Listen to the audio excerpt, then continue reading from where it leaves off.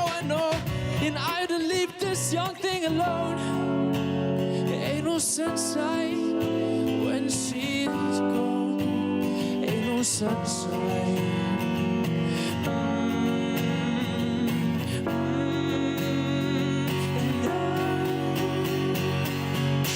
Ain't no sunshine when she is going.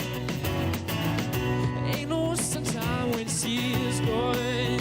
Yeah. Very superstitious. The writing's on the wall. Very superstitious. The ladder's about to fall. 13-month-old baby, he broke her voice. 7 years of bad luck, the good times in the past. And if you believe in things that you don't understand, then you suffer. Superstition ain't the way, yeah. Superstition ain't the way, yeah. Superstition ain't the way, yeah. Superstition ain't the way, yeah.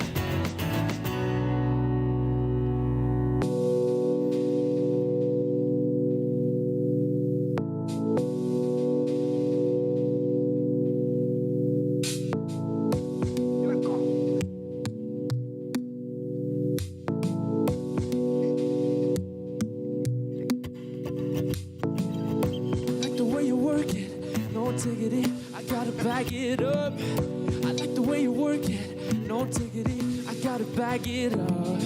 I like the way you work it. No diggity, I gotta bag it up. I like the way you work it. No diggity, I gotta bag it up. Cause ain't no sunshine when she's superstitious. And she's no diggity, no diggity, no diggity, no diggity, no diggity, no diggity, no diggity, diggity, oh. And ain't no sunshine when she's gone. I like the way you work it. No diggity, superstitious ain't the way. I like the way you work it. No diggity, ain't no sunshine when she's gone. I like the way you work it. No diggity, ain't no sunshine when she's gone. I like the way you work it. No diggity, I gotta bag it up. Oh, come on, somebody. Well, that is how you step into a clean fight. I like the way you work it. No diggity, come on, you had us all jamming. Nick, what a talent. The range is incredible. What did you think of that performance? Let us know on our Facebook page, #Expresso Show. Of course, you can go on to Expresso Morning Show, SABC3. Nick Jeffries is still here on your Feel Good Breakfast Show. More jams coming your way. I love that. I like the way you work it. No diggity. Oh, classics. Catch a repeat of the Insider Essay this Saturday at 1 on S3 and go behind the scenes at the Challengers Club, where media personality Mo Flavor joins 3 social entrepreneurs in a roundtable conversation to solve real South African issues. The topic of discussion, #localized digital education. Open up to dreaming bigger with the Insider Essay, Saturday afternoon at 1 only on S3.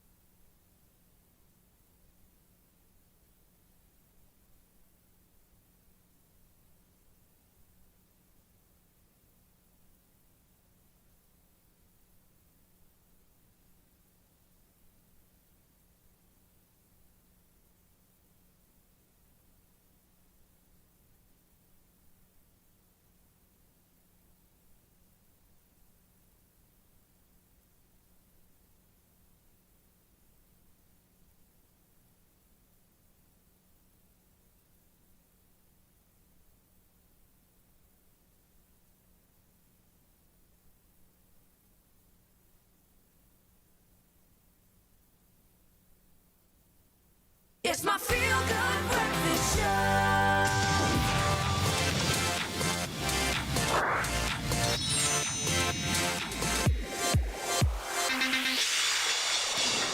it. You see, that type of intro, you know we're going to go tech talk, and this is what we do as often as we can. Now, Fortnite, the video game craze, it continues with millions of fans across the globe getting involved and getting stuck in. And in Cape Town, it's going to happen this Sunday. It all goes down the 18th of April at the ATK Arena. It's the Fortnite Creative Box Fight, and we have two gamers joining us in the studio, Jenna Armstrong and Claudio Clementi, giving us the details. How are you guys doing? You good? Yes, and you? Great. Can I start off by sanitizing your hands, please? It's so important. Just give you a spray there. Jenna, can I come around? You may. Thank you very much.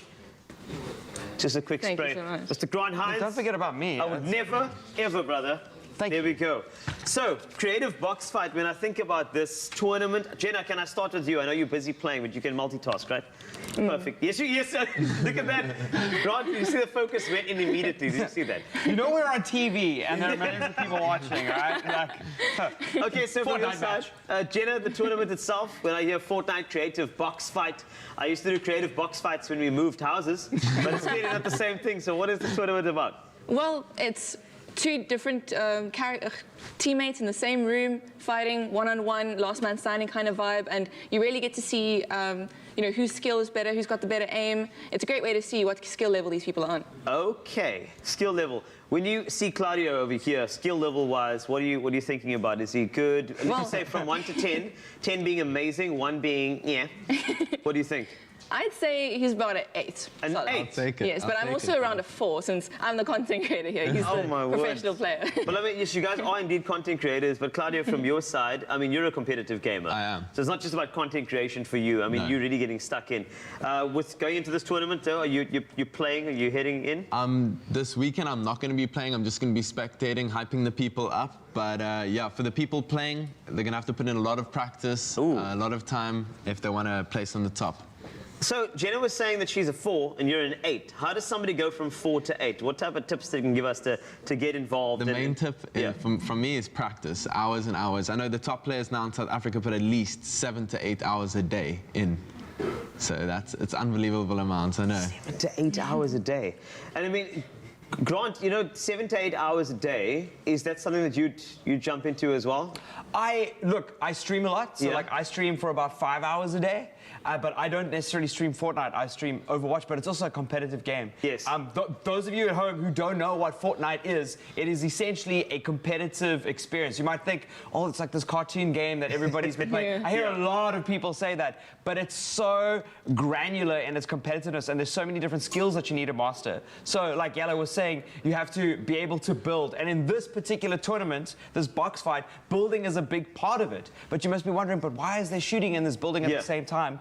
You build to build yourself into and protect yourself. It's like putting up shields. Do you know, like Doctor Strange in Marvel, like the Avengers, when you like put something out in front of him. It's like exactly that kind of thing. And what's nice is that in Fortnite there's huge maps in this particular tournament. And those of you at home who don't know, who play Fortnite and don't know what a box fight is, this is like the extreme version of it because it's every different mechanical skill that you have at Fortnite at like a very high level. I want to see some of yours. Yeah, exactly. Like. Okay, you can join in on me, Jenna. Yes, okay, just join in. And while you guys are chatting, though, just for those streamers, I mean, you know, Claudio's got over 1,000, you know, streamers checking out his feed as well. So when it comes to streaming, some tips to actually be a good streamer, because I mean, you're one of the best that I've seen, Grant. I just have to say that you are. What about Claudio and Yellow? Sorry, Claudio. no, but I just wanted to know. And it's not just streaming, it's not just sitting there and playing. There's personality, there's banter. What makes a good streamer?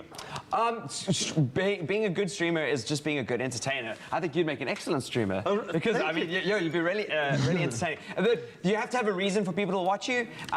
In the case of Yellow and Claudio, they're both entertaining, but they're also extremely talented when it comes to Fortnite. And that's why, like at this tournament that everyone's going to, they're going to be watching. It's kind of like a taste. It's a real-world experience taste. You're going to be watching. You're not going to be streaming it, but you're going to be watching physically there, and you're going to see like the best players, and you can like chat and talk to each other. And there's community, and that's also a big part of live streaming. There we go. So I got distracted by what looked like somebody just plugging into the Matrix right next to Claudio.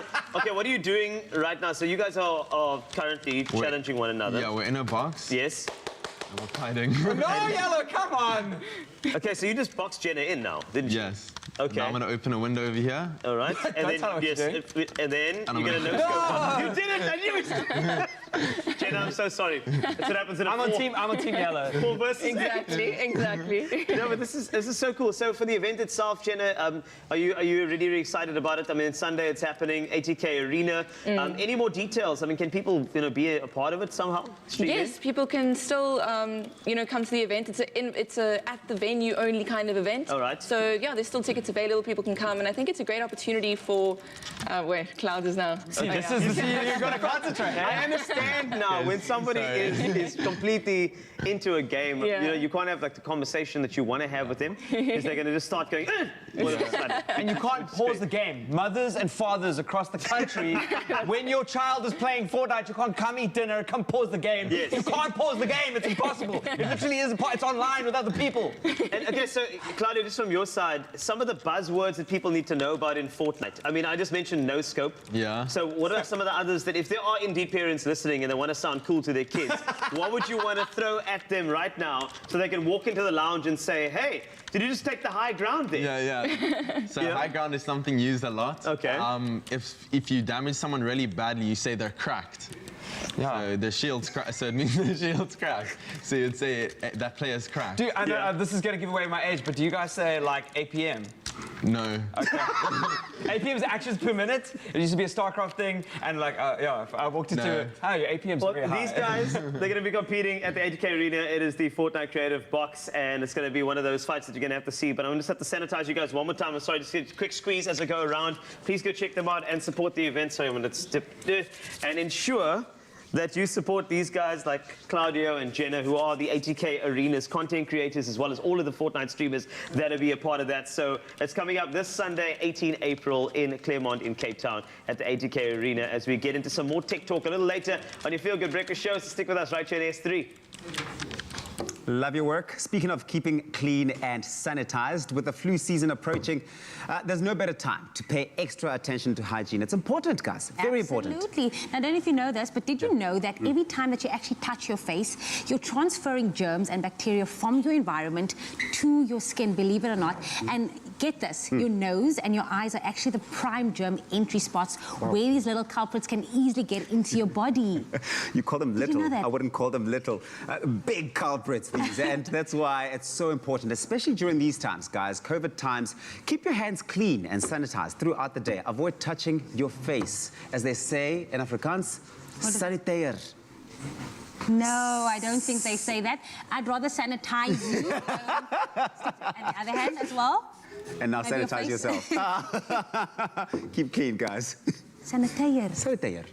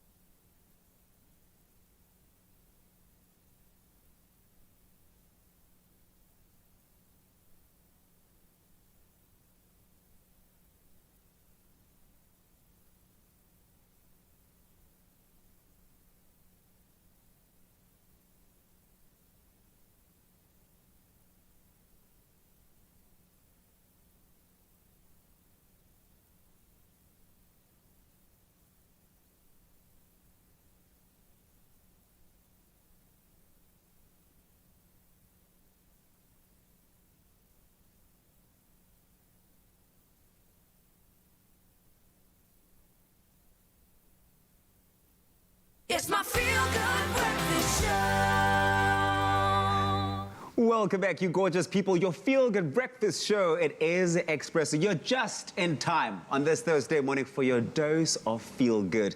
Now, since the inception of the Shakespeare Schools Festival in 2010, it's been running for a while, the festival has become Africa's largest Shakespeare youth drama program.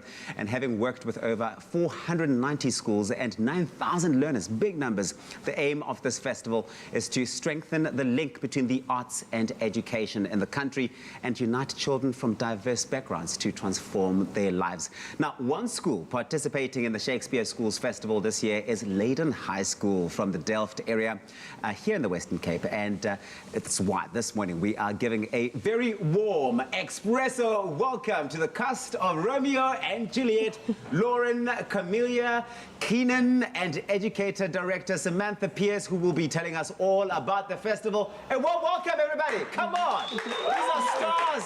Stars of the stage. Thank you. Now appearing on your screen, guys. Welcome. It's so good to have you guys here. Thank you for having us. Wow. I mean, this program is incredible because it's been running for so long, but you guys have really taken to it and brought so much life to it in the most magnificent way. What was it about Romeo and Juliet that really stood out for you guys, and you chose that this year that's what you're doing? Well, that was our first play that we did in the Artscapes Theatre. And it's so ironic that we're doing it today because the plot of the play is what many of these teenagers can relate to. We parents of the girl and the boy have conflict because they're judgmental against each other, which is happening in today's life as well. And the story of love is such a powerful emotion. You can, in Romeo and Juliet, you can read it in two ways. You can read it as puppy love, where teenagers fall in love, but they act on impulse. And there's true love, where you'll do everything for true love. And what happens in the play, they die for true love. Ah, man, who doesn't want to die for love? Yes. Live for love, die for love. But drama programs are so important. I think that young people are able to connect with so many of the stories. And you're right to say that people learn far more than just the storyline. They're able to reflect that against what's happening in real life in their daily lives. But drama programs like this, why are they so important for young people? Well, if anybody wants to answer that? Anybody can answer. Anybody can answer. But you guys, I mean, let's talk about you. Why is it so important for you to have a drama program like this? How's it? What has it done for you, Lauren? As why drama is love is important is because there's some teenagers that are in love, but the parents doesn't love, like the parent doesn't want the relationships to happen. Yeah. So for me, the moral of the story is to more show the young people and to show them whether they go through ups and downs, there are time to show that there is love and they can die for one another. Well, Carmelita, you play the Angel of Death. Yes. That's a new character that we added into Romeo and Juliet. I'm going to get to it now, but the beauty of Shakespeare Festival is that these learners and directors can have free reign to do whatever they want to do. They can relate to it. And we are doing it in Afrikaans. Oh! I love that. Yes. Romeo and Juliet in Afrikaans. We've seen so many adaptations of Romeo and Juliet, but an Afrikaans one certainly is going to be a very interesting one. And the fact that we're doing Romeo and Juliet, we wanted to show it in a different way. Yeah. So, Carmelita, do you want to give some information about it? Yeah, Carmelita, tell me. Angel of Death is basically the name. She roams around wherever death lies near. Yeah. And so, kind of just being happy people are dying. Yeah. So. So what does the Angel of Death say in Afrikaans when she rocks up and she's just roaming around? Give me one line, one of the lines from the play that you actually just rock up and say as the Angel of Death. There is no lines, it's just that she's happy. It's her aura. When someone stabs themselves, she just does it more quickly. She wants it to happen. She's happy. Carmelita is a natural dancer. So we brought dance in the Romeo and Juliet play as well. Oh, it's a dancing. Yes, of practices. Yes, yes. Well, Keenan, you are very excited to be a part of this, and let's talk about the preparation for this festival. What has it taken? How's the preparation been going? It's been good for this while now. We all have been putting in all our effort. After school, we except there's now exams on our way, but we're still preparing ourselves for this play. Well, Donahue, who are some of the schools that are going to be participating that you are looking forward to seeing at the festival this year?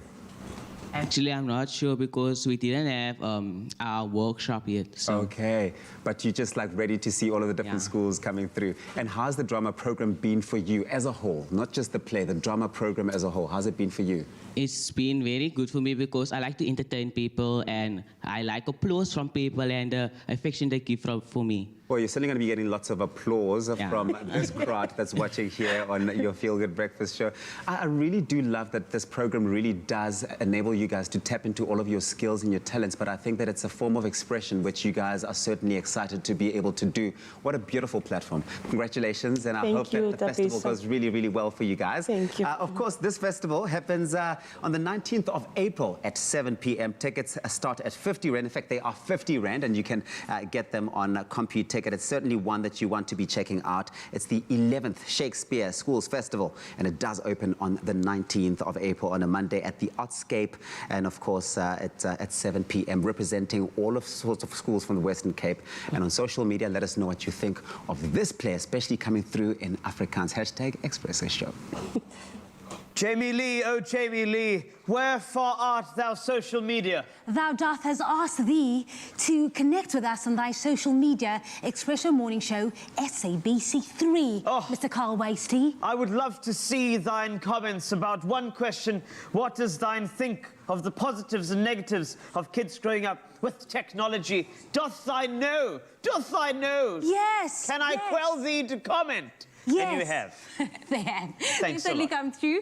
One of them being Karen Edwards saying the negative is that you see now I was trying to... Yes, you went back to play mode. Let me hear. No, okay. let's do this without the play mode. The negative is that there is no movement that improves gross motor skills. With our gross motor skills, fine motor skills are not being developed, which causes poor handwriting skills as well as poor social skills. So that's the negative that Karen Edwards is highlighting there.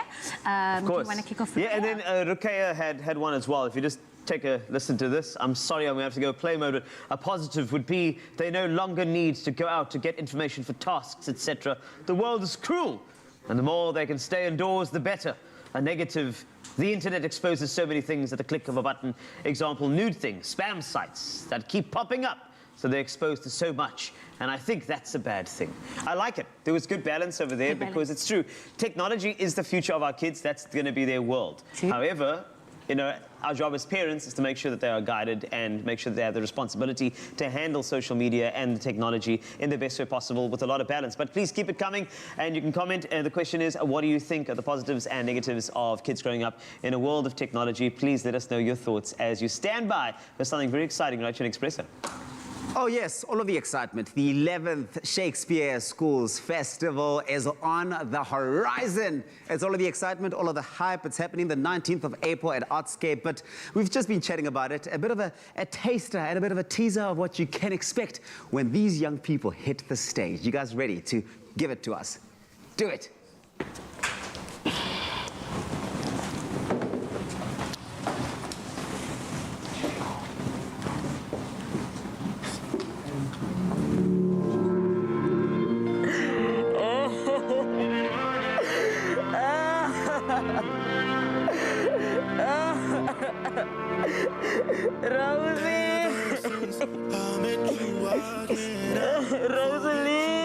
Romeo?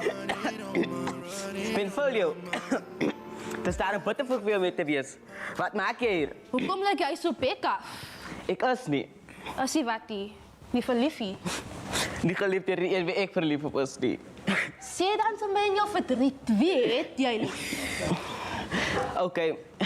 Ek het 'n vrou lief. Ek het so 'n gevoel gehad, ja. Haar naam is Rosaline. Rosaline? Ja. Ek is verlief op Rosaline. As sy slim? Die slimste. As sy beeldskoon? Sy's asemrowend. Nou wat is die probleem? Sy sê dat sy nooit gaan trou nie. Nie eens met my nie. Ai, Janneke tog. Wat dat? Sy storie. Romeo, ons is familie reg. Is dit my foon? Jou foon lei. As jou foon. Tere, Druk. Hi, Nie. Hello. Hello. Druk. Hi. Hallo. Ja, wat is dit? Kan ik jou helpen? Hi, Nie. Wie is het? Goedemiddag. Ja, wat is dit? Hi. Hi. Kan ik jou helpen met iets? Oké. Ons stuur vir jou boodskap op WhatsApp. Oké, dat is recht zo. Ik wonder nog eens wie dat was. Kijk. Hi. Hier de number. Excuse me, boss. You have a text message. Wat zei dit? Jouw phone. Laat iets verkeerd met jouw phone. Ja, ik heb die geld om het recht te maken. En jouw 350? Cheap. 350 man. Druk. Mia. Hallo. Druk, kat. Probeer het zeggen wie. Hoe kan ik hem maar gooien? Nee, het is mal. Druk, Mia. Het wil niks Probeer het maken. zeggen, dan moet ik het jou. Oeh. Het is nog wat een cheap phone en nou. Zo waar. En dan? Wat zei dit? Hola, goedendag, goedemorgen. Al hierdie mense word uitgenooi na 'n partytjie wat deur my grootmeester, die ryk en bekwame Capulets gehou. As u nie van die huis van die Montagues is nie, kom drink 'n koppie wyn saam met ons. Dit is 'n maskerbal, dus moet u 'n vermomming dra. Totsiens, bonjour, das bedanja, adieu. Adieu. Hi. Dat is nog als niet, wat ze nodig heeft. Ze moest gewoon een stukje mondjes daar, so ik ga het nergens. Ons gaat een vermomming dragen. Ons gaan maskers dragen. Niemand zal weten wie ons al ziet. Nee, maar ik ga het nergens, ik ga het tegen niet. Kom, man, ons gaat maken, onze weg. Kom. Ja, hoe kan nou? Come on.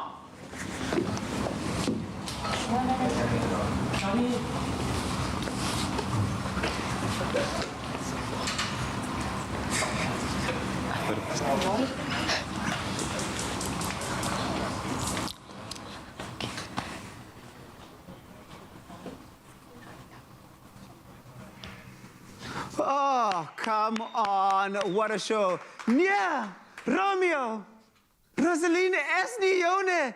Zij is mijne. En ik wil doodgaan voor liefde. Let us know what you thought of that. Expresso Morning Show, SABC3. It's on the 19th of April, the 11th Shakespeare Schools Festival. I mean, this is something you've got to check out. Let us know what you thought of that performance using the hashtag Expresso Show. And no, ek doe het gaan.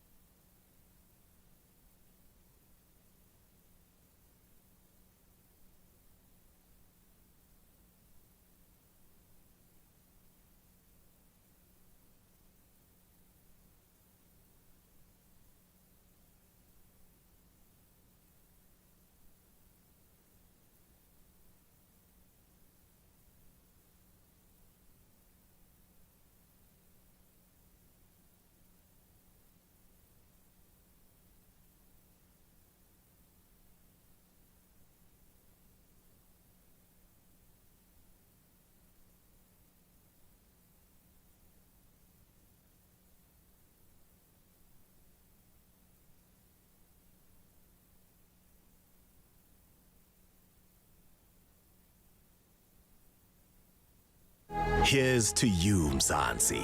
Get 50% off the attorney bond registration fee plus 5,000 Rand cashback on your approved home loan. Dial *120 *001 *123# to find out how much you qualify for.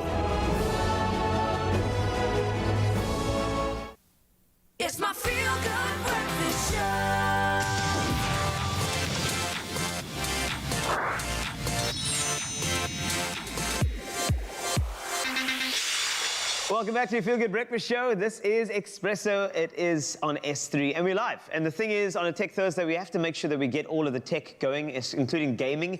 And you know, Fortnite Season 6 is off to a phenomenal start. Players are still experimenting with the new Battle Royale game mechanics, and hunting and crafting has been added, and they're still playing around with that. There's also plenty of new pop culture crossovers afoot on the island, bringing characters like the likes of Lara Croft to the game as well. Now, with Fortnite continuing to up the ante, it's always exciting to actually talk about what's next. How do they better this gaming experience? And Grant Hines is the best person to discuss what this new season of Fortnite may just look like. So, Grant, let's start off with this particular season at the moment. We've got Jenna back to play, so we have a very, very good sort of a cutaway of what's happening over here. I think, like, holistically, Fortnite fans have really enjoyed this season.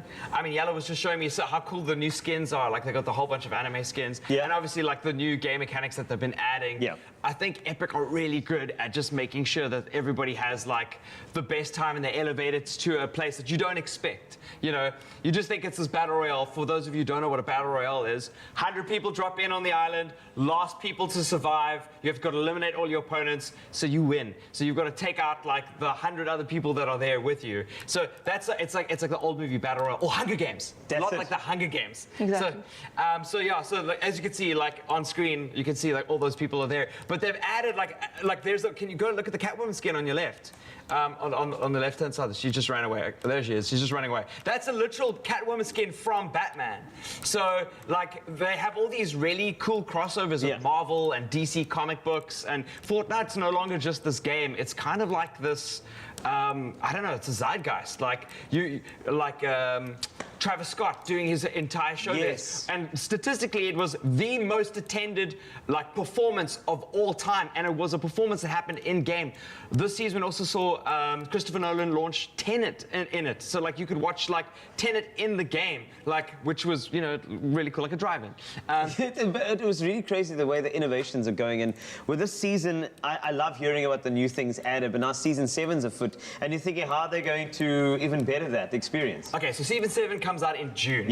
And typically there are a lot of like Easter eggs and things that they're gonna get people excited about season 7. We're still very early on getting into season 7, so that helps everybody else who's trying to get their chapter 6 or their season 6 skins and stuff. Now's the time to clock those in, because June's not far away. But we'll see what's gonna happen. I think there's an overarching story in Fortnite, which I don't think is important. That's just like, I'll just be honest with you. Do you think it's important? No, it just adds some fun to the game, really. It just adds like some kind of like pepper around it. But it looks like they've kind of justified narratively the idea of you jumping in the island all the time as you being stuck in a time loop, which is kind of interesting. It's like, they didn't have to do that. So we're going to find out who those people are. They're called the founders, or the foundation that has put you in the time loop, which for some people, they care about it. I know there are a lot of YouTube videos and like speculation, tinfoil hat things about like what's happening in the game. But remember, Fortnite is a business. They want to make the most compelling experience they can. And tying in with Marvel and DC, we've got all these cool movies coming out. Suicide Squad's coming out. I think we're going to get some cool Suicide Squad skins. Black Widow, the new Marvel movie, is going to come out, and I think we're going to see more. We've had a Black Widow skin already from Marvel, and I think we're going to get a new one. What do you think is going to be in it? In the new season? Yeah. Well, I definitely think they're going to be continuing on with the Marvel situation that they said. I've seen on Twitter and on all social, they're still going to be doing that for quite some time. And I think that's quite exciting. I think it hits the target audience. People love watching those things. People love watching Fortnite and bringing the two worlds together. It's really exciting, I think Carl's going to have a Hulk skin. You've got the physique. Thank you very much. I try my best here.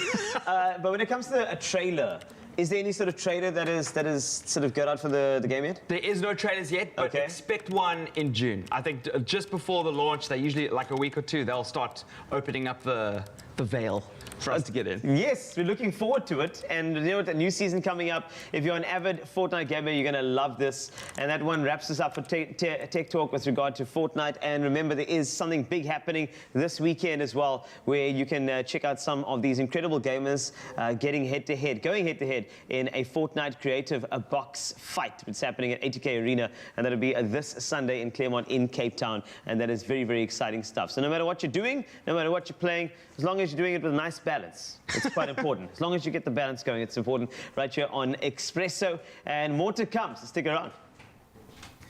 We are back in the kitchen and we've got the mouth-watering red pepper hummus and garlic crostini starters done, and we have the perfect addition to the menu that will wow your visitors this weekend. Yes, bring the family. 100%. Your cousin's coming over. Get the crush and I'll get the ice.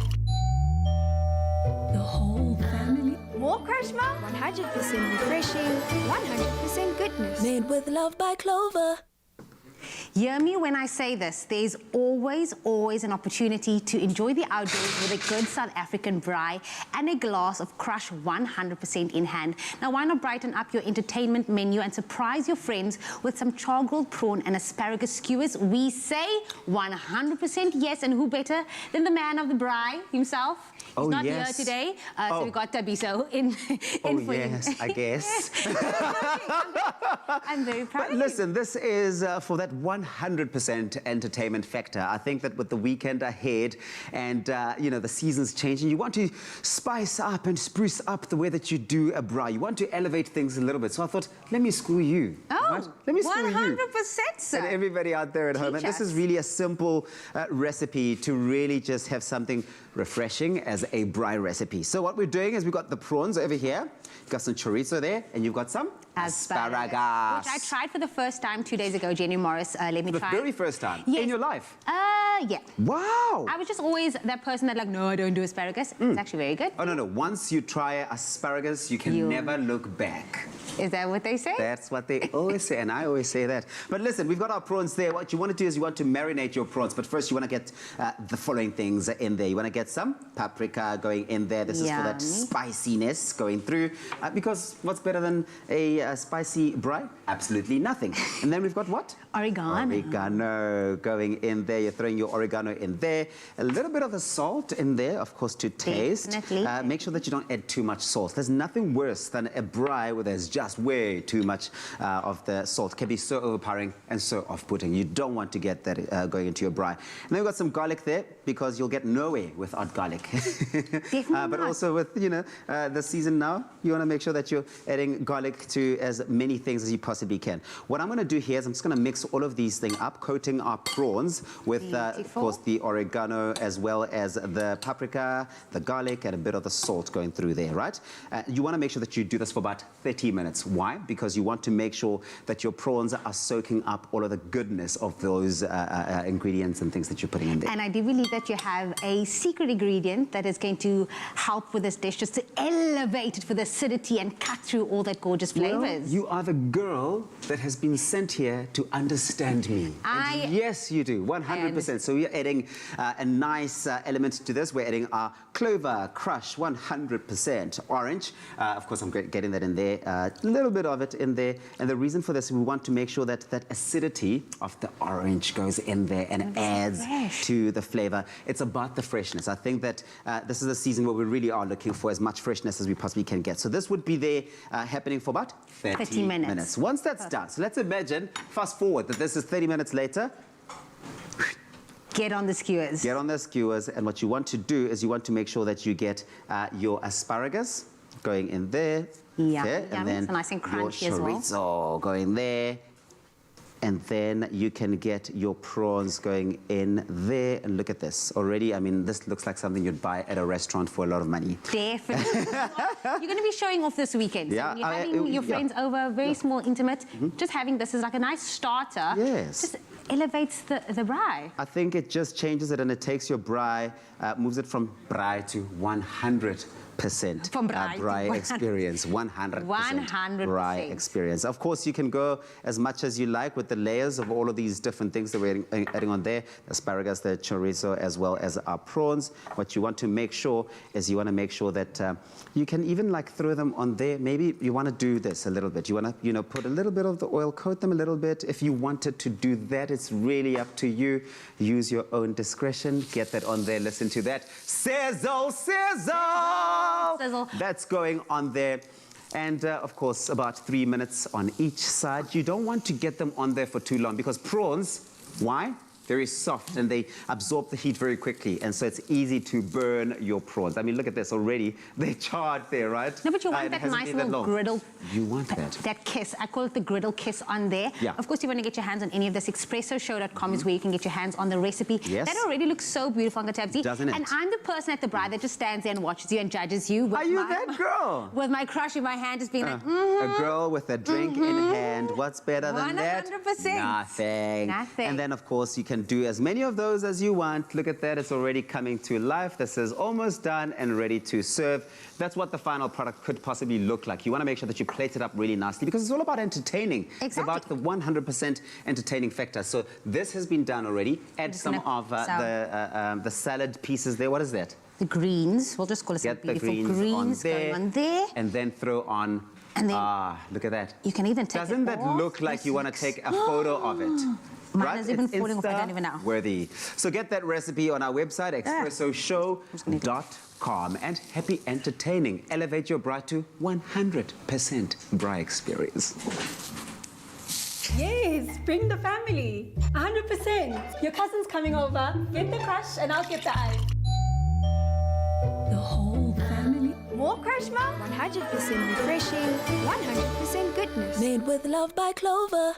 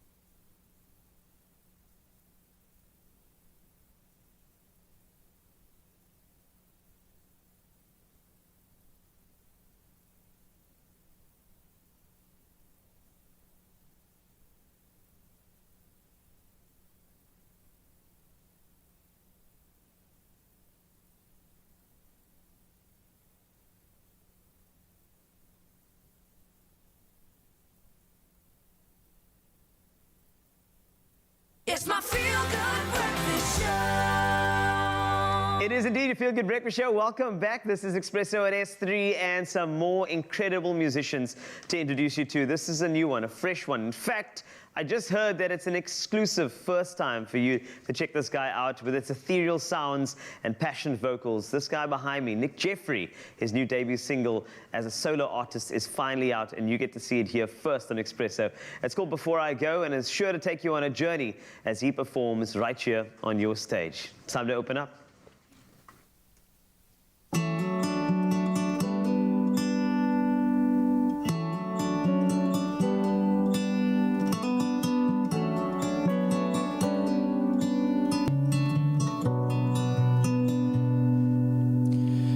I guess it's time you know now things I don't understand, thoughts that leave me shaking, oh, shaken up in second hand. I hope that you respect them, I hope you're still okay, 'cause now it's time I leave you, oh, leave you again.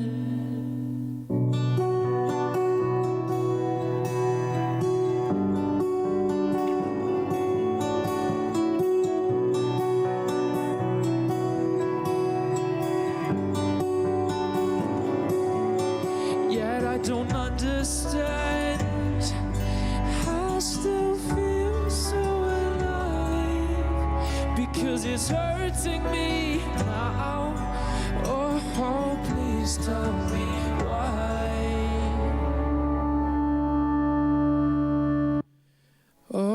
before I go, won't you tell me I'm wrong? Won't you tell me don't go? So go to sleep now, 'cause I can't take this no more. But won't you tell me now? Won't you tell me, baby, don't go?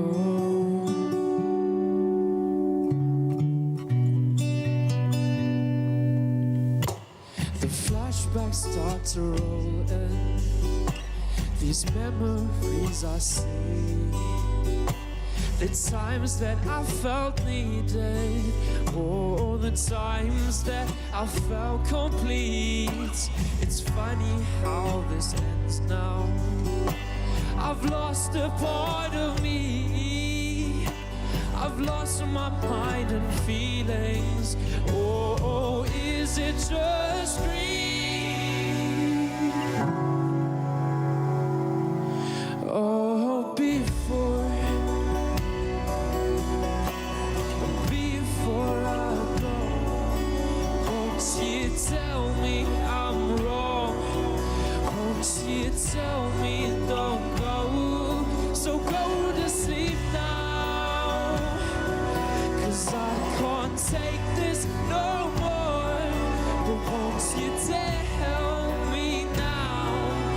Won't you tell me and tell me, baby, don't go? Don't go.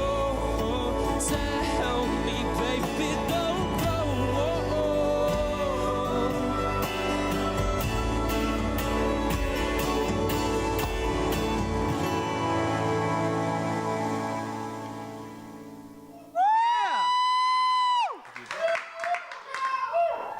Such talent on your feel-good breakfast show. Time for us to take a look at those news headlines just after 8. President Cyril Ramaphosa has appointed Major General Talita Mxakato as Chief of Defence Intelligence. She is the first woman to hold this position in the South African National Defence Force, and Ramaphosa said Mxakato's new role is testimony of the advancement of women in the armed forces. Ramaphosa has also appointed Lieutenant General Rudzani Panywa as Chief of the Defence Force. He succeeds General Soli Shoke, who is retiring. Other new appointments are Major General Wiseman Simo Mbambo as Chief of the Air Force and Major General Ntaveni Mapaha as Physician General. Staying here in South Africa, Cooperative Governance and Traditional Affairs Minister Nkosazana Dlamini Zuma has announced the extension of South Africa's national state of disaster by a further month. Dlamini Zuma said the state of disaster would now continue until the 15th of May. Now, South Africa declared a national state of disaster on the 15th of March last year in response to the coronavirus pandemic. The government has relied on the state of disaster to introduce and give effect to lockdown restrictions, which it has used to curb the spread of COVID-19. In international news, Greek Prime Minister Kyriakos Mitsotakis says that the new Libyan government has agreed to discuss the highly controversial issues of maritime borders in the eastern Mediterranean. Greece has bitterly opposed an agreement struck by the previous administration in Tripoli with Turkey in 2019. Now, the division of sovereignty over the seabed has potential consequences of oil exploration. But on Tuesday, the Turkish leader Recep Tayyip Erdogan said that after talks with the new Libyan administration, that the two countries remained committed to the existing maritime accord. Meanwhile, President Emmanuel Macron yesterday announced that France would offer free therapy sessions with a psychologist for children and adolescents whose mental health has been hurt by the COVID-19 pandemic. France's social security system will fully reimburse a total of 10 sessions with a psychologist for children aged between 3 and 17. Macron said that the cases of anxiety and other psychological problems had been increasing among young people in a way that had not been seen during the first lockdown against COVID-19 last year. And next, the Rhino Whisperer makes history and takes over at the Kruger. History has been made at South Africa's world-renowned Kruger National Park. Kathy Dreyer, currently Conservation Manager at the Addo Elephant Park in the Eastern Cape has been appointed its first female head ranger. She's due to start the biggest challenge of her career on the 1st of May. And Dreyer, a graduate of the Cape Peninsula University of Technology, where she studied nature conservation, takes up the position armed with a host of accolades in conservation management, law enforcement, and people and strategic management skills. Now, before moving to Addo, she was based in the Cape Kruger National Park, contributing to the protection and conservation of black rhino in the park's intensive protection zone, doing fantastic work there. And her love for rhinos earned her the nickname the Rhino Whisperer. And Dreyer has in the past received several achievement awards, including the prestigious Tusk Award for Conservation in Africa, which was in London back in 2016. She was the first South African recipient of this award and the first woman to have won it. And the award was presented to Dreyer by the world-famous conservationist Sir David Attenborough. And she says meeting him was one of the most memorable experiences of her life. Truly, hard work, dedication, and commitment does pay off. That's where we leave it for now. Congratulations, Ms. Dreyer. Here's a final look at what's happening in sports with Carl Wasty. Tasty.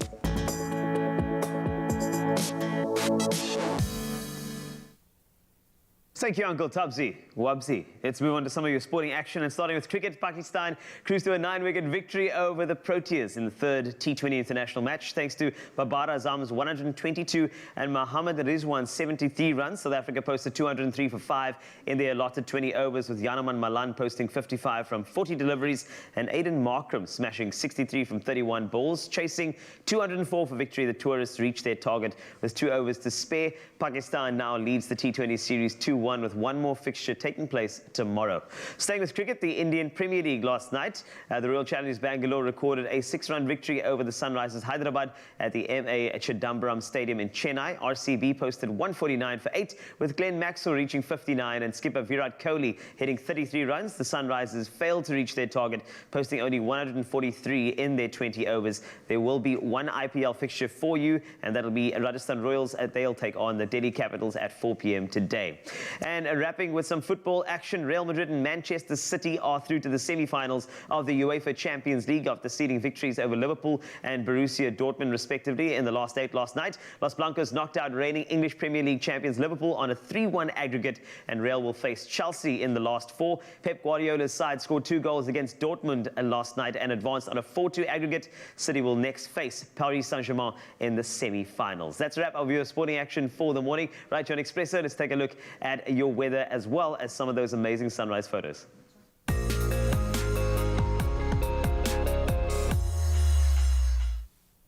Thank you so much, Mr. Carl Wasty, but also thank you to each and every one of you that has shared a stunning sunrise image with us this morning. We see you all and we love you. Now, the morning started off with Denise Yates from Pinetown, who sent through this stunning skyline, scattered with some pinks, some blues, and some yellows. Absolutely beautiful. Another one came through from Merlin Phillips from George, who shared this lovely image filled with hues of red, some orange, and gold being shown in this photo right now. And then, of course, we kicked off at 7 a.m. with Rita Jagadesan, who shared this cloudy image of the sun rising over the ocean. And then Taryn Peterson from Pine Lake Marina shared this bright image of the sun rising over the lake. And of course, if you'd like to see your photo featured during one of our sunrise segments, all you have to do right now is head on over to the Expresso Facebook page to share your photo with us. Now, if your sunrise snaps are prize winners, you could win one of this so chic Nespresso travel mugs each week for 5 weeks. All you have to do is remember to post your pictures to the competition post on Expresso's Facebook page with the hashtag Nespresso Sunrise. Now, while we do love our local viewers, we also have a growing international audience tuned in via YouTube and the Africa channel that we enjoy interacting with. And we end your weather update for the day with a shout out to any viewers watching from Salem, Oregon. Now, it is indeed the capital city of the US state of Oregon. And for you guys, rain is heaviest in late fall and throughout winter, and almost all of the annual precipitation falls between October and May. Now, this week, however, a period of prolonged offshore flow combined with slowly warming temperatures will lead to unseasonably dry conditions this week. A high fire danger alert has been issued for this entire week, so take note of that. Now, staying with the US climate envoy John Kerry is heading to Shanghai to Wu, China, in advance of a climate summit President Joe Biden is hosting next week. Now, after a major diplomatic row at the UN, both sides hope to cooperate over plans to drastically cut emissions. The US wants China to cease building coal-fired power stations and to stop financing coal ventures abroad. And China wants the US to give more cash to developing countries to obtain clean technology and adapt to climate change. Now, it also wishes Washington to announce deep cuts in emissions. Kerry said that China's cooperation was absolutely critical to combat the climate crisis. He also said although the US has big disagreements with China on some of the key issues, climate has to stand alone. He is hoping to salvage the superpower relationship to allow progress at Biden's virtual summit, which is taking place on the 22nd and the 23rd of April. Now, scientists warn that without an agreement between the world's great polluters, there's little chance of averting dangerous climate change. So take note of that. Now, bring it back home for a final look at the temperatures for today. We kick it off with Polokwane. Do expect a low of 14 today, peaking at 29 degrees. For you, Mbombela, a range of 16 to 30. Pretoria, 16, 28. And Johannesburg coming through with a low of 15 and a high of 26. Mahikeng, 13, 31. Klerksdorp also showing off with a low of 11 and a high of 31. For you, Kimberley, 13, 31. And then Bloemfontein following shortly, ranging from 10 to 30 degrees. Richards Bay, your range is 19 to 30. Pietermaritzburg, 13:30 with a 40% chance of rain. And South Africa's playground at Durban ranges from 18 to 28. Umtata, for you, it is a minimum of 10 and a maximum of 30. East London, 14, 24. Craddock out and about, 9 to 31. Gqeberha, 14, 22 with a 58% chance of rain. And George also showing off with a low of 12 and a high of 21 with a 64% chance of rain. The Mother City, Cape Town, for you, it is a range of 15 to 22. Worcester, expect a low of 12 and a high of 31. Sutherland, for you, a low of 7 and a high of 26. And in Uppington, with a minimum of 18 and a maximum of 35. Whatever you do, wherever you choose to spend your Thursday, remember to keep it locked right here on your Feel Good Breakfast Show. Keep it locked right here on your Feel Good Breakfast Show, your daily dose of Feel Good. Thank you very much for waking up with us this beautiful Thursday morning. I mean, you gotta love it, right? You just went to Australia there. Your daily dose of amazing things. Now to go to social media, mate. Let's do that. Oh, we asked you this question. Yeah, we did. And the question is basically, what do you think are the positives as well as negatives of kids growing up with technology? And you answered so beautifully. Let's take a look at some of your comments. Let's see. Let's go. Uncle Tabsi, you up first. Nkosi Pri says, I think the positive part is that the world is evolving in ways we never thought it could. So it's a good feeling that our children are quickly adapting to the new world. And it's true, right? It's true. They're adapting. We're moving along with the times, stepping into the new age. Second comment that's come through, this one is from Heather. Good morning, Expresso team. A coffee emoji. The positives of technology is that it keeps the kids up to date emoji, as they are challenged to this and helps them very much with school assignments. The negative side, some kids are becoming antisocial and forgetting all the fun kids playing games that kids used to play outdoors whilst growing up. Those fun games, I do think they are lost a bit, but there are still social interactions with the new gaming that happens with technology. Exactly. Right? So that's great. Maybe it's finding the balance, making sure that it's all balanced. You're still interacting and engaging with the world while you engage with the new technological world. We're in on this conversation using that hashtag Expresso Show. I need a cup of coffee, man. Yes, we're going to have a cup of coffee. And coming up, we're going to chat about some bizarre physics as well as worms. Worms? Yeah. Find out. Okay. Catch a repeat of the Insider Essay this Saturday at 1 on S3 and go behind the scenes at the Challengers Club, where media personality Mo Flavor joins 3 social entrepreneurs in a roundtable conversation to solve real South African issues. The topic of discussion, hashtag localized digital education.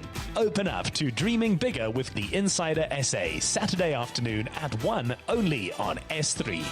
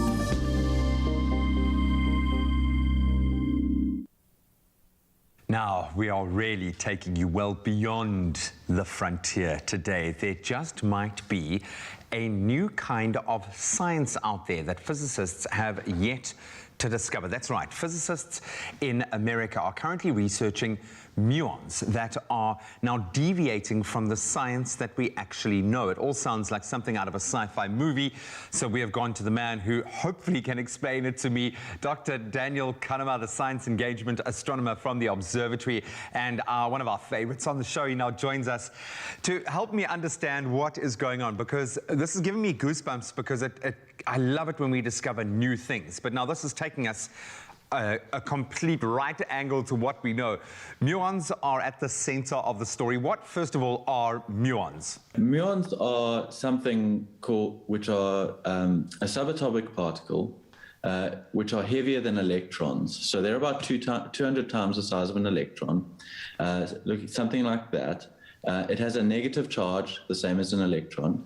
And then what's interesting for today is that it has something called magnetic moment, which basically tells you about its magnetic field, the strength of it, and its orientation. So now, how does this lead to the discovery of a new kind of science? Is that even, how is that possible? Yeah, so basically with our laws, right, so we have a very good understanding of the universe. And we have something called the standard model of particle physics, and that dictates the motion of these subatomic particles very, very accurately. When we measure this magnetic moment, which I mentioned for the muon, we see a slight deviation from what is predicted from the laws. So essentially, when we measure this magnetic moment, there's something acting on it, which we don't understand in terms of our laws of physics. There's something there, we don't know where it's coming from. It's dark matter, man. It's got to be dark matter. No, I understand, and I've had a lot of fun kind of exploring quantum mechanics, and I know that things can get a little squirty once you start going deeper and deeper. But what is the hypothesis here? What is the prevailing thought of what is going on? What is this new science that we are predicting? Are there any clues or guesses as to what could be going on? Yeah, definitely. So it could well be dark matter, actually. Really? But the understanding at the moment, or the theory, is essentially when you have your muon there, there's something with quantum mechanics called the quantum foam. So energy is equal to mass times the speed of light squared. That's the Einstein sort of equation, which everyone knows. Essentially what it means is energy and mass are equivalent. So you have this sea, or think of it as a bubble bath, of energy, which is everywhere in the universe. And every now and again, a sort of bubble will come off the top of your bubble bath, form a particle very briefly, and then sink back into the foam. So the energy, which is the bubble bath, will create matter, which then disperses back into energy. And this happens all of the time. Lots of different types of particles are popping in and out of existence all of the time. Now, when a muon is in a magnetic field, these particles are popping in and out of existence on its surface or around it all the time. And those particles, which are only there for an extremely short time, are affecting this magnetic moment, which we're measuring. So there's some particles there which are popping in and out of existence, which we don't know about. And those particles are interacting with the muon and changing our measurements. And that's where the exciting bit is. That's where something is unknown for us.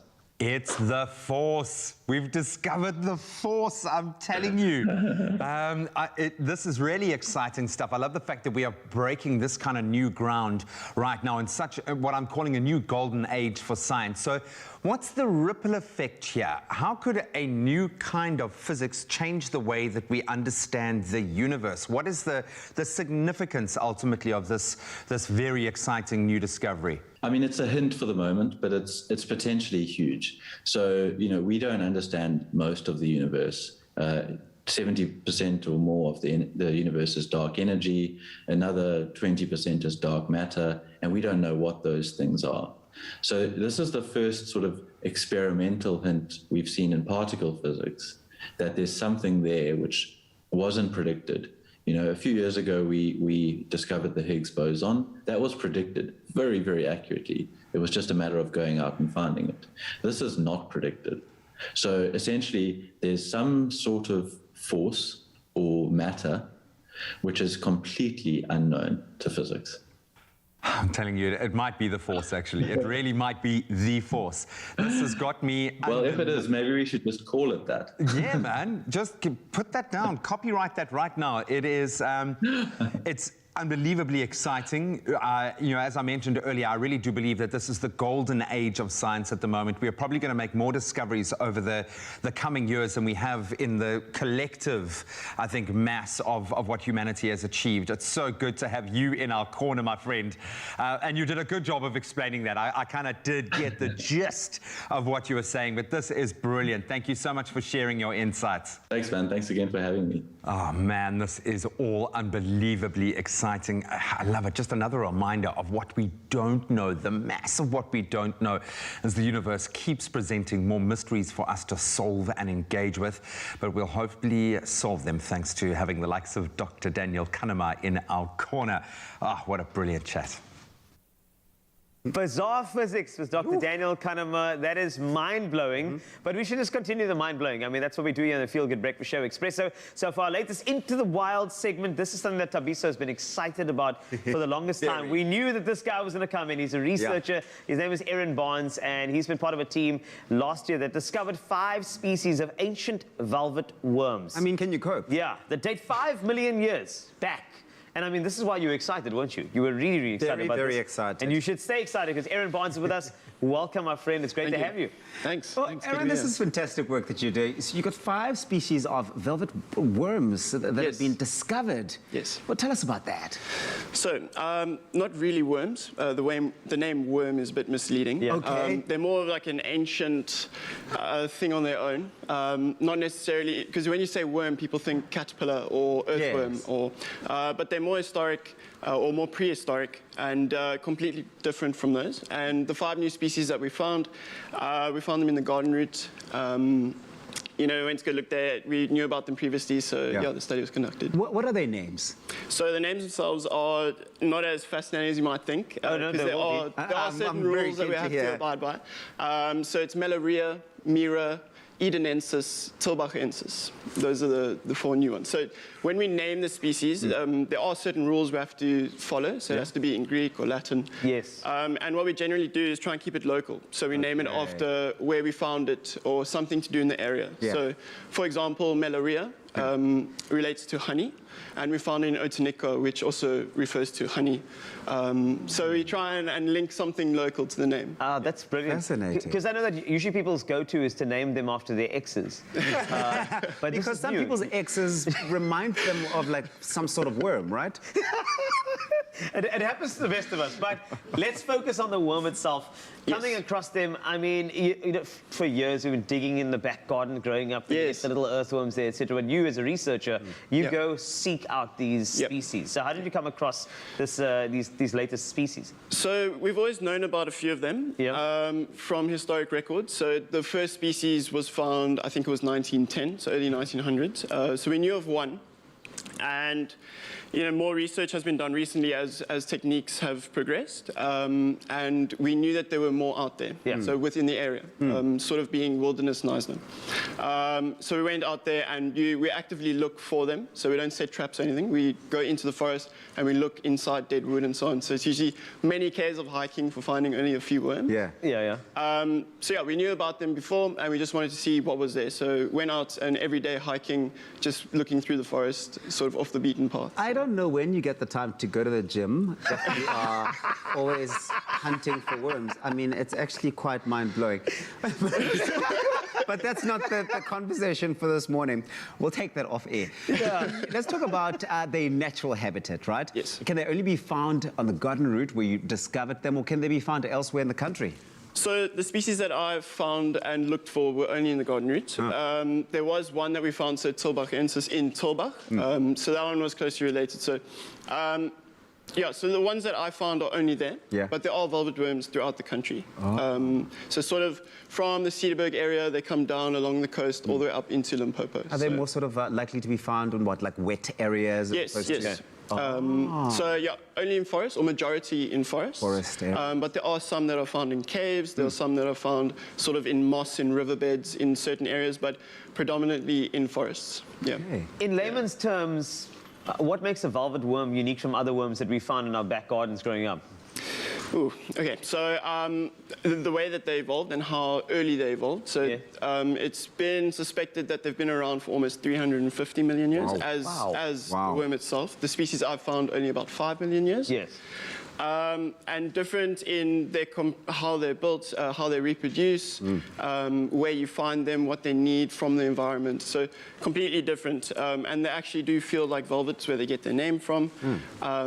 Yeah, so quite different, yeah. This is such fascinating work that you do. I really do love this, and we've got more of this conversation going on. It's all about nature. We're delving into the world of worms, these new species that have been discovered. And Erin is still here. Connect with us on our Facebook page, Expresso Morning Show SABC3. Let us know if you're finding any worms in your backyard that maybe resemble the ones that Erin's been able to go out and find. But stick around for more nature talk. We'll see you after this.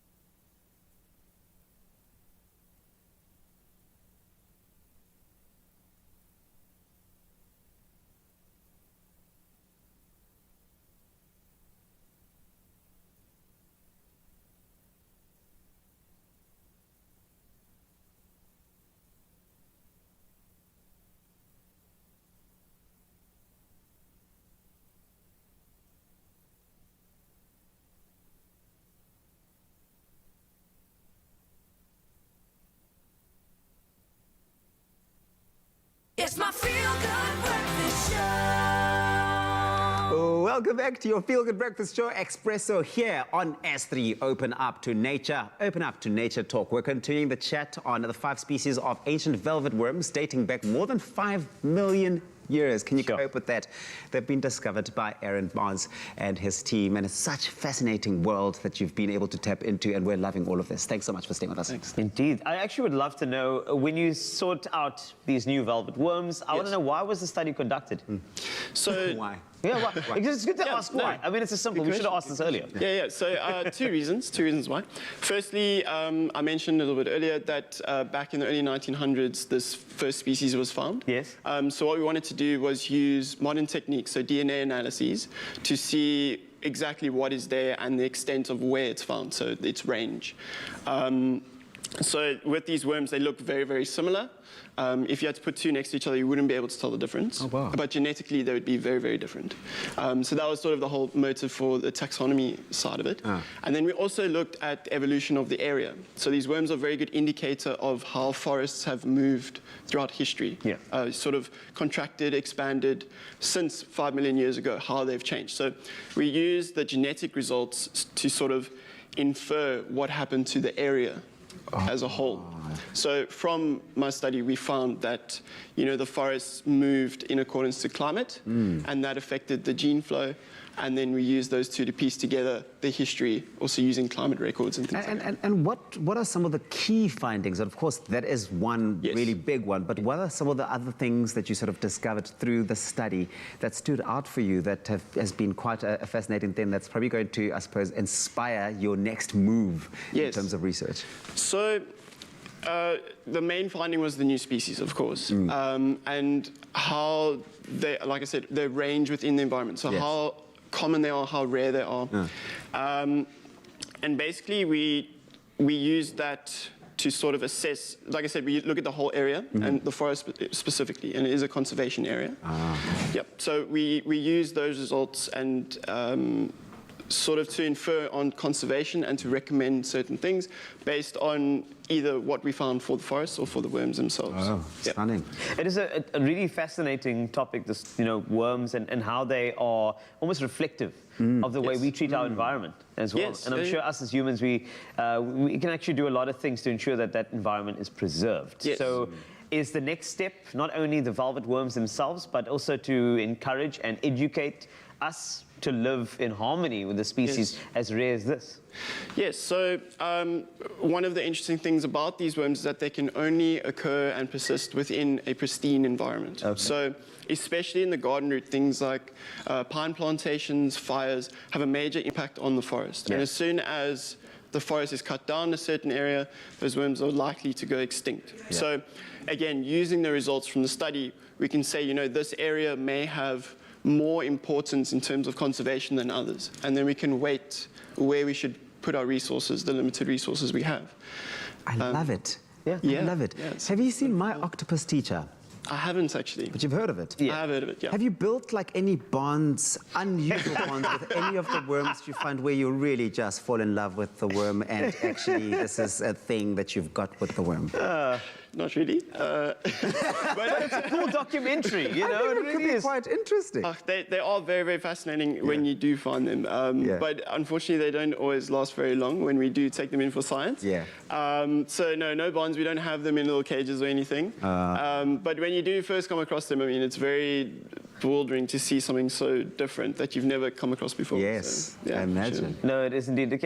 Thank you so much for all of the insight today. It's bizarrely fascinating, and I think one thing that impacts me is the fact that something like a species is reflective of their habitat, which tells us as humans that we should also be a bit more aware of our habitat, so that you mentioned pristine conditions. That's up to us. That's up to the way we interact, so that we too can survive. Because we're not here for a long time. No. We're here for a good time.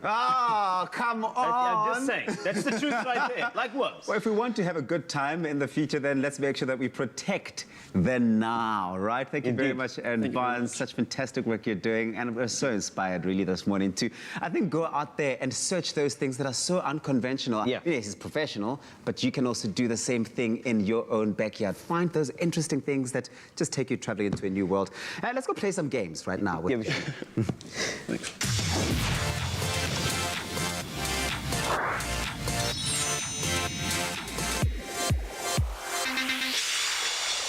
Yes, let's play some games. We brought the professional Fortnite players. We have Jenna Armstrong and Claudia Clementi.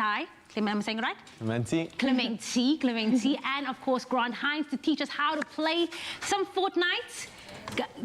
Grant, that's unfair. You can't play already. I'm practicing. You're going to go ahead. You are going to teach me how to do this. I feel like I've made it to the cool circle. Once I sit at this table, everybody, you've really upgraded to become a cool mom. So I'm going to be a cool mom right now, and you're going to teach me what do I do, by the way. So, left hand here on WASD, like I taught you. WASD. Okay, like so that. you move like that, and then other hand on the mouse, and that's how you're going to shoot. So Grant's busy building on top of you. He's getting a bit excited. Oh, wait, have we started? No, you can't do that. You see why you never play with Grant Hines? Because he is... Grant, I'm getting frustrated You're going to already. press 3 to pull out your shotgun. Oh, press... Ooh. Okay, now you're going to turn around. Turn around. With the mouse. Do I have to put on the stuff you like? If I put on this, it will make me look... Yeah. Look cooler. I agree. Does it? No, probably not. Okay, there. Grant's right in front of you, so you Oh, Jamie, come on! Come on, Jamie! So you're gonna Come look on, up? Jamie! Do I look up? Yeah. Oh, Yes. no. Not in real life. No, why are you laughing, Grant? There. You see him up there? Oh, yes, and then I have to shoot, right? Yes, but you have to look a bit more up. Oh, no. I've got a fish. I got a fish. And then, oh, there we go. There No! Jamie, you got to be rude! You're getting close. Yeah, more. Rude, Jamie! Oh, yes. No! Why is all of this stuff happening to me? There's a door. Okay, There's a door. He's coming through the door. Oh, Don't close. What is that song? I think I should just sing. there we go. Oh, Oh! Yeah, baby! Firstly, you had an advantage because you started before me. You were building all these houses Look, around it's not, me. you know, we started at the same time. You can do whatever you want. Now we've got pros that are going to play against one another. How do I pause? Remember, you can't pause. Oh, why? Can't you pause? It's a mom Because thing it's to an say. online game. It's an online game. Oh, well, maybe let's get the professionals again. Yeah, good. Okay, so Clouds. Who do you have in your corner? Clouds and Yellow. Yellow's in my corner. Yellow, what's your YouTube channel? Yellow. Just Yellow? Yeah, Cool. It's on, Yellow. on YouTube, yeah. Daddy, what is your YouTube channel? Just Clouds on YouTube. Clouds. Yeah. This is my VP, everybody. Come on. Let's get it going. Oh, wow. See, look at this building. This is how you actually get these. Box them in. Come, Yellow. You can do this. Box him in. Look, you can't let him do this. Make sure that you are parrying. The walls are being built so that she can parry the shots. That's not really. We got it. Yeah. I don't even know who's everybody. But you see, he's like, he's a little bit. Okay, cool. I just want to say, he's a little bit cunning when he's building. He knows it. You're overbuilding. Don't overbuild. You got to make sure that you build around him. Any advice here? I just think you're doing great, sweetie. Just keep the momentum, keep the pace. I love what you're doing. Why are you turning the keyboard sideways? Yellow! Yes, go! Yellow, one more shot! One more shot! No! What was your health? What was your health? Must have been a sliver, like 10. I hit him 180. Yeah, you hit for 180. Yeah. That's like, so like, yeah. Oh man, that was hectic. Wow, yay! This is amazing. So you can understand why so much practice goes into it and all the different elements that take place, and you can see how competitive it can actually get. And if you understand what's going on, like any other sport, how like extreme it gets. This is a high-level competition. She's gonna edit the building. Look, shoot him down! Is that his wall? You can't edit it, hey? Build another one behind him. Just block it. So you can't edit a wall that you haven't built. So they're trying to build walls before their opponents one build. another. Yes. I get it. Yeah, come on. Come You can on, do it. go. No, Yellow, There's no way you I didn't can relate. see. You're rude. He's rude. Sorry, I On love the you. scoff. I love you. On the scoff. I love you. Okay, what? Explain to me what happened right now. So he's taunting. He's taunting. He Instead of using. pickaxed me. No, don't do that. Let's be nice. Let's be nice. He didn't use a gun. He was like, I don't even have to use a gun. Yeah. Knife instead of a gun. No, you're doing very great. No way. Grant, talk about the consoles. Which consoles can you actually play on? You can play Fortnite on anything, actually. You can play it on your PlayStation, Xbox, a PC, or a phone on a mobile device. And the great thing is it's all cross-platform. So you could essentially play this with other people on different... If you've got an Xbox and your mate's got a phone, you can play together, which is really cool. I think I want to play it on my phone because the keyboard is a bit We're tricky. confusing. Come, Yellow, what are you doing? You just left it open. Do you want some water? No, I we're think good, you need some we're water. good, You we're can good. even We just won. like... We won. We won. Oh, yeah, we won. Yeah. Okay, well done, well done, well done. Oh, gosh. Everybody, this is amazing. Listen, you guys did absolutely amazing. Thank you so much for joining us. But this, everybody, is our VP. Watch it out for them Fortnite players. We're giving them a 10 out of 10. But stick around here on your Feel Good Breakfast Show. Yeah, get a high five again. Only you can make my day.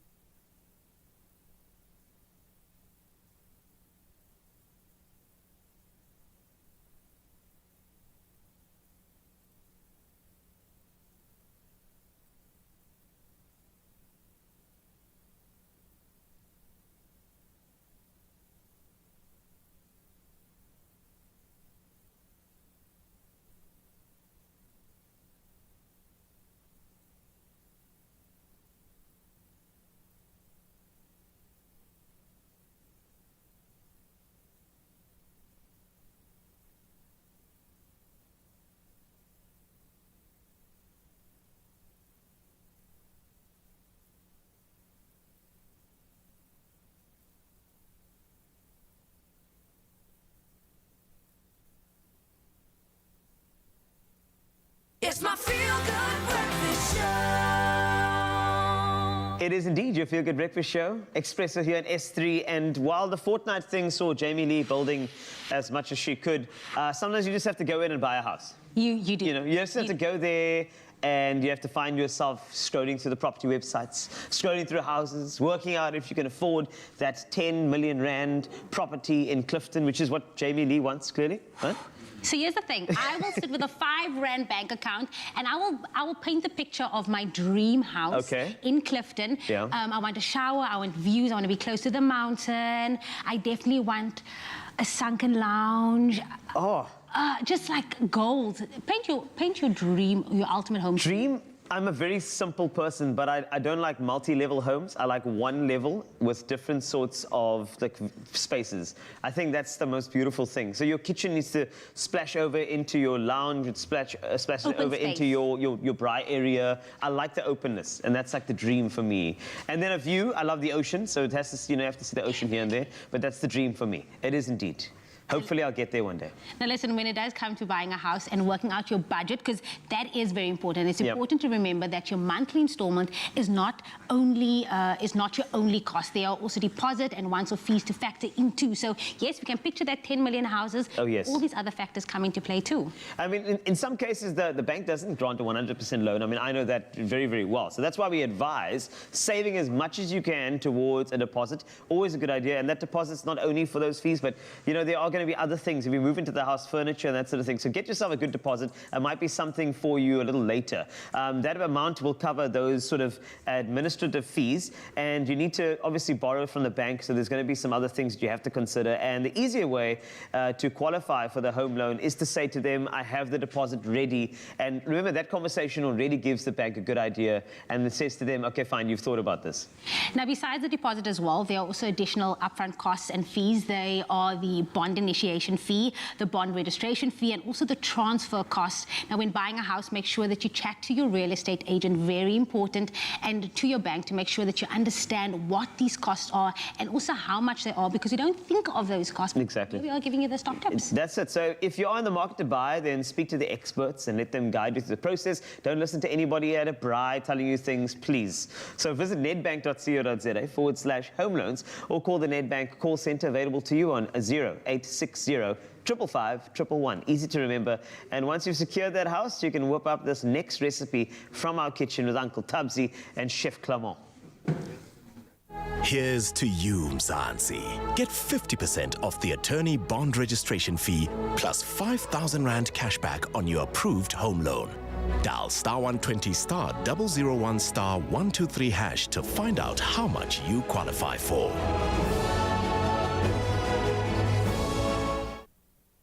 So here's the thing. The weekend is coming. Yes, Carl Wesley says don't listen to your mates at the braai telling you about home loans and this and that. But what you want to do is you want to listen to this about your Saturday brunch ideas. If you're still on the lookout for those, well, Woolies has you covered with their Eat In Saturday brunch, where you save 20% on each item purchased. That's a great saving, a great deal for the weekend. And Chef Clem's brunch is a unique offering, as unique as he is. I can't even pronounce it. What is it? Croque croissant bake. Ah. Croissant. It's easy. That's easy. Croissant. Croissant bake. This sounds exciting. But Woolies has this, eat-in Saturday brunch extravaganza. Because they know. It's been a week. So come Saturday, we're going to come through with a specific promo for you to just take it in, make a delicious brunch, and spend time just for yourself. But make it special. Make it special. Make it special. Make it unique. Yeah. How are you making this? Okay. What are you doing there? What I bought from the promo, I got the grated cheese, because on a Saturday, Woolies doesn't want you grating cheese. No, nobody wants to on any day, but Saturday more so. There we go. Croissants, eggs, and bacon, all from the brunch promo. Okay. So we saved. Okay. You want to help me out here? Yeah. Okay, you're going to do the croissants for me, and here's your serrated knife. All right, what would you like me to do? You, if you can cut through the croissants.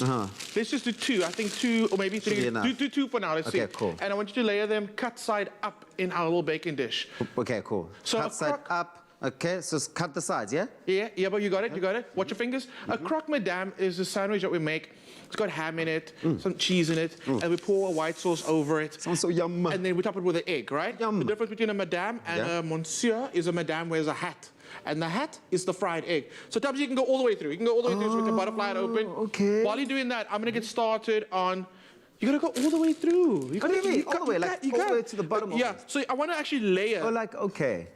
I want to layer the croissants in it. So maybe do another one for me. Okay, cool. So we're going to layer them like that. And what we're going to do is we're going to start. You can actually see that butter running through the croissants because they don't play. No, they're actually generous. They are generous, They are so generous, and that's and what I mean, it's about. wow. Okay, so The that texture goes in. of it, I love it. There we go. Pack it in nice and tight. You can pack it in for me while I do that. Then I'm going to make the beautiful white sauce that we need. Yeah. I've rendered out our bacon. Bacon's nice and crispy, cooked it over there. But I kept all the fat in the pot because I want that Dutch flavor. Then I added my butter to it, and we're going to make a roux. A roux? A roux, and then we're gonna make a cheese sauce. So in with our flour, we're gonna cook that, get some, you wanna smell like a nice biscuity flavor. That's when you know your flour's been cooked out. You're not gonna have like doing it right. You're doing it right. You're doing it right. Okay, and again, keep the bacon flavor in there because that's gonna add extra flavor to your sauce. I really enjoy watching you do this. You know, I could literally stand around you in the kitchen like this. But that's what cooking's about. And it's about like creating a little bit of entertainment and entertaining your guests. True. You know? True. So it mustn't be stressful. It mustn't be stressful. Saturday. Especially brunch. I can taste when I eat brunch if the person was stressed making the food. You can? You can taste the stress. I feel you. I feel you. Yeah. Okay, so we're adding our milk to our roux. That's going to start thickening. Then when that starts thickening, we're going to add our cheese. Okay. I've got one that I made a little earlier. Then now we're going to bring the bacon back. Bacon goes into our cheese sauce. And also part of the promo, you don't have to get bacon. You can get, there's smoked chicken rashers, there's duck rashers, there's trout. All of it. Part of the promo. So get that back into your cheese sauce. Tabzi, thank you for cutting my croissants for me. Nicely together. Thank you. You're welcome. What I do is I actually, you didn't arrange it, it's fine. What do you mean by arrange? I just put it on top of the other one. Make it pretty, like, you know, pack it in nice. You're presenting this to your loved ones. Here you go. And we won't waste this one, so we'll put this one in there as well. On the side there. And what I do is I actually, by the time I first cut my croissant, then I start making my cheese sauce. Okay. The reason for that is I want it to kind of dry out a little bit. Get some air. Yeah, because when it dries out a little more, it makes it more absorbent when it's with the cheese sauce. Rich. It's so look rich. at the richness of all of that. I love it. I'm just trying to not mess, and I'm left-handed and just working it in there. Okay, but make sure you don't leave any gaps. Get that croissant covered. You want to feed that croissant with all of that goodness. Make sure that it is literally in a blanket of all that creamy yumminess. If there is any leftover cheese sauce, you use that for nachos later. So you keep it. Okay, then what we're going to do now is just wipe this pan out. Here we go. Be careful. Also multitasking on brunch, right? You want to get all your prep done and ready so you don't run around. Yeah. But keep an eye on your pans. Don't let it burn. Just wipe that pan out. A little bit of oil goes in. These flapjack pans are coming through. I've seen them. They've gained so much popularity. I think all the cool people are buying those because also the variety of colors, just the styling, just lends itself to entertaining. Absolutely. And also it's perfect for one. So I love that. I love that. For yourself. Yes. Subject, can you sprinkle some grated cheese on our bake? Sure Extra thing. cheese. I want cheese on cheese. And now we're going to fry our egg. Because like I said, we're doing like a Madame version, so we got to get that egg on there. All we have to do is fry up that egg. A little bit of salt goes on there. It's actually, that packet is so easy to open. I can see they've actually got a nice little guide. I'm just You got it. clearly You got it. learning very slow here. Okay, so I'm going to clean up my space because I like the finished presentation of this dish. And I like that you serve it in the dish, you know? Less dishes, number one, but number two, it also looks It just nice. looks great. Okay, so I'm going to just looks great. I'm going to just, sorry, I know the camera guys are like, why are you moving it? Okay, there we go. Comes out the oven, beautifully crispy and brown. You top it with that fried egg. Keep an eye on your fried egg. Look at that. I mean, it is so beautiful. Look at that. So the croissant is obviously soaked up all of that creamy yumminess. It's come together. Look at the crispiness of all the corners coming through. The egg on there That's the best is part. really the magic touch, I think, for me. Just from an aesthetics perspective, just looking at it, you want to gobble that whole thing, which you can. You can. And I will be doing. But what you're going to do is you're going to get some Tabasco sauce. Yes. I feel like you need Tabasco with this one. No, it kind of just, I'm going to just angle it nice so you can all see there. The Tabasco sauce has got a bit of that vinegar and that chili in there. So when you hit it there, it just like livens all the flavors. It lifts it. It lifts it.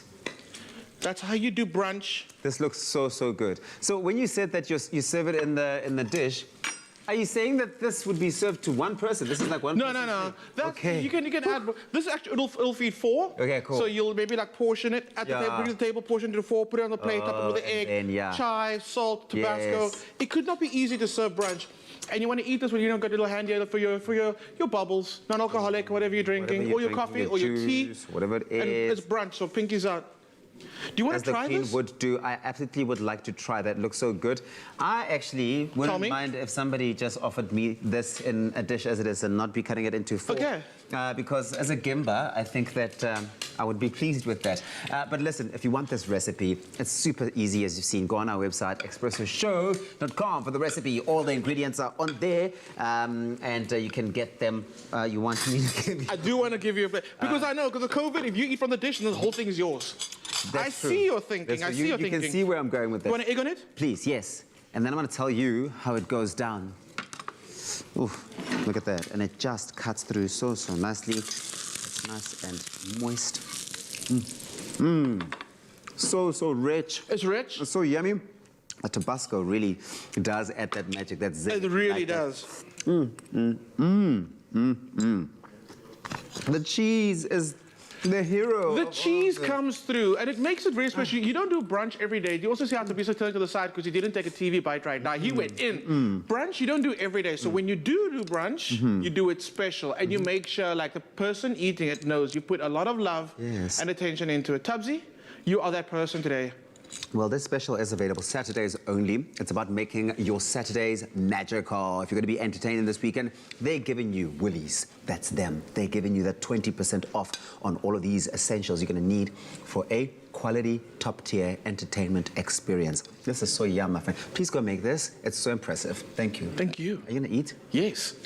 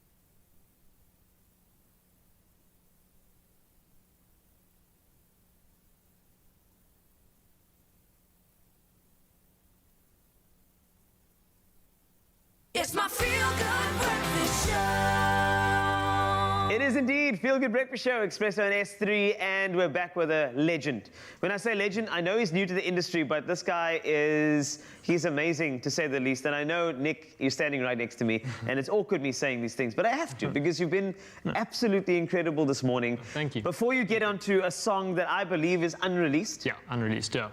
So you're going to give that to us on Expresso. Thank you very much just for for that. you, just exclusive. for you. I feel like Just there's an for you. echo. Exclusive coming out. So Nick, first time on TV, performing as well.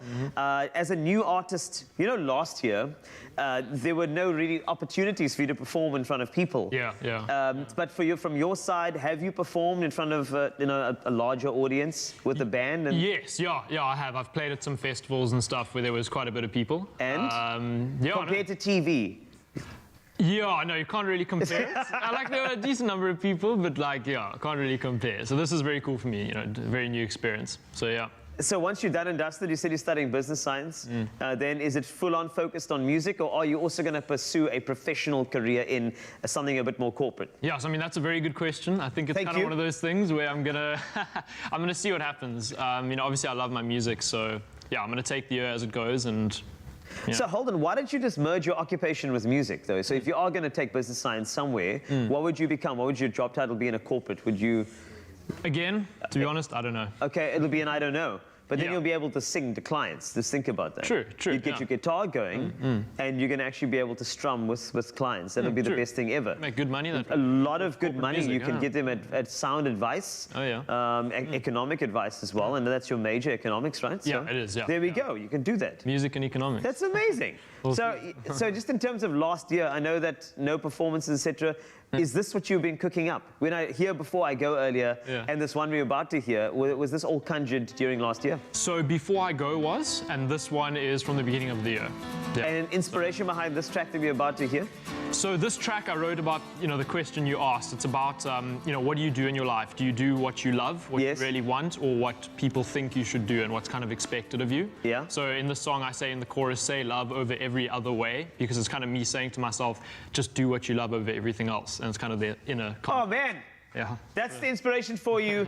Let us do what we love right now, and that is entertaining you right here on Expresso. That's Nick Jeffrey with his last track. This is unreleased, exclusive. It's Say Love.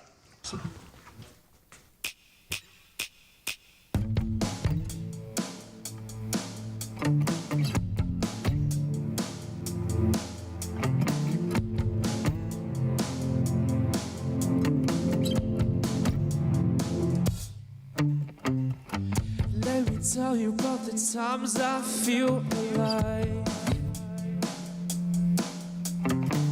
My head keeps spinning around the room and I lose my mind. My thoughts come out, they pour away endlessly into my days. The force that moves me on, it leads the way. Say love, say love, say love over every other way. Say love, say love, say love. Ooh, ooh,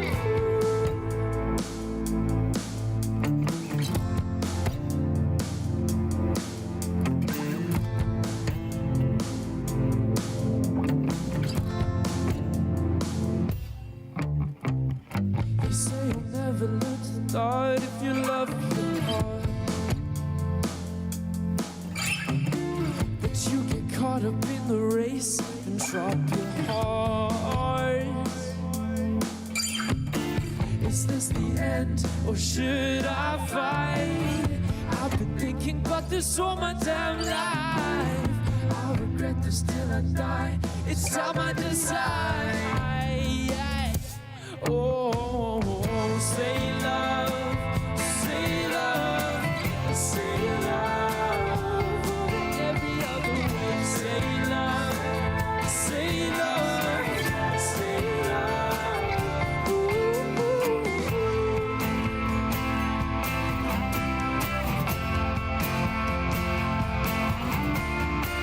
say love, say love, say love, say love, say love.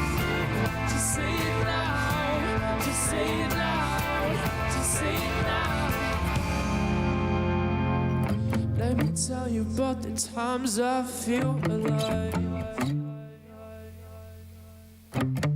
They say I'll never learn to thrive, but do am I? Oh, say love, say love, say love over every other way. Say love, say love, say love. Ooh, Yo! Yes! Jeffrey, take a bow. Take a bow. This guy's That was amazing. amazing. Wow. I mean, I'm actually mind blown. The talent is actually just so incredible. Wow. Young man, Nick. Well done. That was beautiful. It was really incredible, and also I cannot wait to spin those. So Before I Go is available for streaming now. Say Love still coming out, but well done to Nick Jeffrey. And of course, we have something very, very special. There's a certain birthday that we need to mention as well. Jamie Lee, after you. Yes, I just want to say a very happy birthday to my mom and a twin brother, Patrick and Patricia Domberg. They are celebrating their birthday today. So from me and the Expresso family, happy birthday. Happy birthday. Happy birthday, Auntie Patricia. We love Auntie Patricia, hey? Absolutely love Auntie Pat. Well, listen, tomorrow is an exciting day. It is a Friday, and you know what we do on a Friday? We spice things up a little bit, take it to a whole new level. Tomorrow is Nigeria Day. Yes. Here on your Feel Good Breakfast Show. We're taking it all the way to West Africa.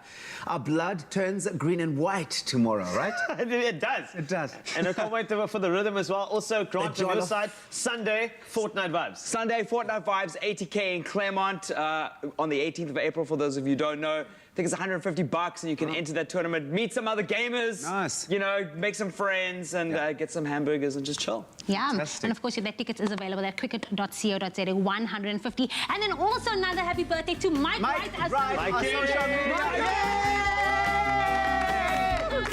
Love it. He's usually in a speedo, and I don't know what's happening today, but yeah, you know, you get what you get.